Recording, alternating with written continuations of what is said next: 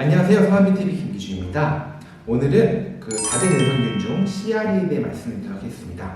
CRE 같은 경우에는 카바페넘 레지스턴스 엔테로콕사이라고 하는 카바페넘의 내성이 있는 대장균을 말하는 건데요. 카바페넘은 방코마이신 그리고 4세대 세파 계열과 함께 우리나라에서 쓰는 가장 높은 수준의 항생제로서 이에 대한 내성균이 있으면 따로 쓸 수 있는 항생제가 대단히 제한적인 균입니다. 그러다 보니 그 내성균이 많아지는 것을 최대한 억제하는 게 병원 내에서 감염 전파에서 중요한 이슈 중에 하나인데요. 그러다 보니 이에 대해서는 언급을 드리게 되었습니다. 특히나 점차적으로 우리나라에서 쓴 항생제들이 많아지게 되고 그러면 그 항생제에 대해서 내성을 가진 균들이 또 생길 수밖에 없고요. 또 그런 균들이 살아남게 되는 환경이 있고 또 그 안에서 그 항생제를 계속 또 쓰다 보면은 또 그 항생제에 내성이 있는 균들이 또 생기는 것들이 계속 반복이 되다 보니 결국엔 최고 등급의 항생제 중 하나인 카바페넘에 대한 내성균을 가지게 되는 항생제들이 점차 늘어날 수밖에 없습니다. 첫 보고는 파키스탄에서 보고된 걸로 알고 있는데요. 이제 이런 균도 점점 거기서 나온 것뿐만 아니라 점차 카바페넘계를 쓰는 환자들이 늘어나다 보니까 우리가 점차 늘어나고 이런 환자분들을 어떻게 관리할지에 대한 고민들이 커지게 되는 것입니다. 대부분의 이런 CRE들이 발생한 것들은 이제 대학병원 포함 급성기 대학성의 병원들인데요. 아무래도 카바페넘이 필요할 만큼 이제 중요한 감염병을 다루는 환자들이 많을 수밖에 없고 또한 감염 환자들에서 카바페넘 등 높은 등급의 항생제를 쓰다 보면 또한 어쩔 수 없이 그 항생제에 대한 내성을 가진 균들이 일부 도래병에 나올 수밖에 없고 또 이 균들이 가지고 있게 되면은 또 병원에 아무래도 면역력이 떨어진 분들이 많이 있다 보니까 그분들 통해서 다른 전파될 위험성이 더 크다고 생각하고 있습니다. VRE와 마찬가지로 CRE 같은 경우에도 사실은 혈액에서 이게 발견이 되면 대단히 위험한 응급 상황인데요. 그렇게 되면은 CRE가 이제 병원균으로서 폐혈증의 원인이 된다고 판단을 하겠지만 다행히 이런 경우는 대단히 적습니다. 대부분은 이제 객단, 가래를 통해서라든가 소변이라든가 대변을 통해서 이제 양성이 되는 경우가 많은데요. 그런 경우는 설령 거기서 균이 나온다 할지라도 감염 유발하는 병균으로서는 아닌 경우가 대단히 거의 90% 이상을 보시면 될 것 같고요. 특히 대변에 나온 경우는 더더욱 확률이 낮습니다. 이런 경우에는 사실은 이 균을 이제 치료하는 게 메인 목표가 아니라 이 균이 퍼지지 않아서 타인이 전파되지 않도록 하는 게 이제 중요한 목표인데요.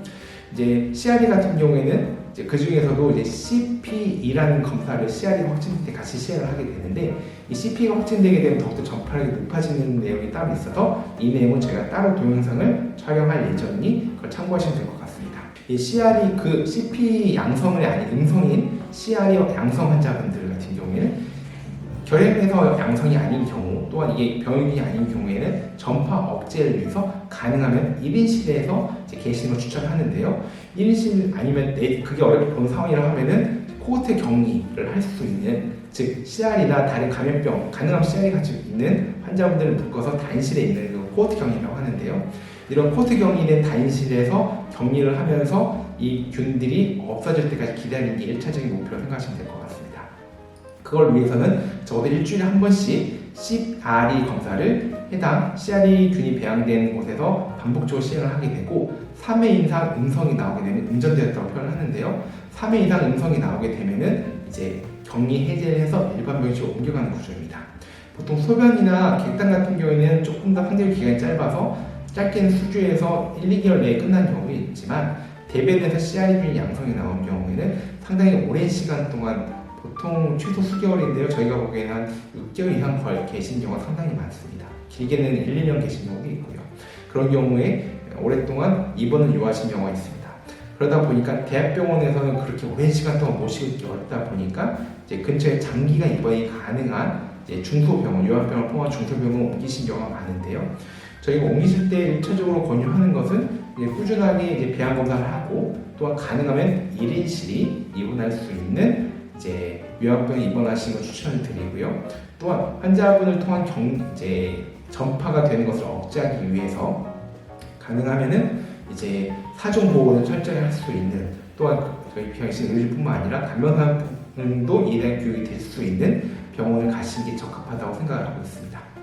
그리고 CRE 환자를 보는 데 있어서 또 여러 가지 고민해야 할 사항 중 하나가 또 CRE만이뿐만이 아니라 또한 이제 다른 질환들을 같이 동반되어 있는 경우에 이런 질환들도 내부적으로 치료 잘 할 수 있는 게 중요합니다. 왜냐하면 CRE가 양성인 경우 거의 대부분 대학병 응급실에서 받아주는 경우가 거의 없습니다. 거의 전원은 불가능하다고 보시면 되니까요. 병원 내에 충분한 의료적 처치와 시술을 할 수 있는 병원을 고르는 게 필요하다고 생각을 하고 있습니다. 또한 마지막으로 이제 CRE 환자에 있어서 이제 CRE 환자는 격리가 되어 있다 보니까 이제 비접촉 면회를 하기가 힘든데요. 현재 상황에서는 비접촉 면회 외에는 허용이 되지 않다 보니까 그게 아닌 상황에서는 접촉 면회로라도, 물론 접촉 면회가 어려울 때는 뭐 영상 통화라든가 아니면 일반 통화를 통해서도 이제 충분히 이야기를 할 수 있겠지만 환자분의 컨디션이 자주 담당 의료진과는 서로 소통할 수가 있고 가능하면은 현재처럼 대면면회 금지된 상황이 아니라면 대면면회도 시행할 수 있는 곳을 가시는 게 보호자님들 조금 더 마음이 놓이지 않을까라는 생각도 듭니다. 긴 영상 봐주셔서 감사합니다. 다음엔 더 좋은 내용을 찾아뵙도록 하겠습니다. 감사합니다.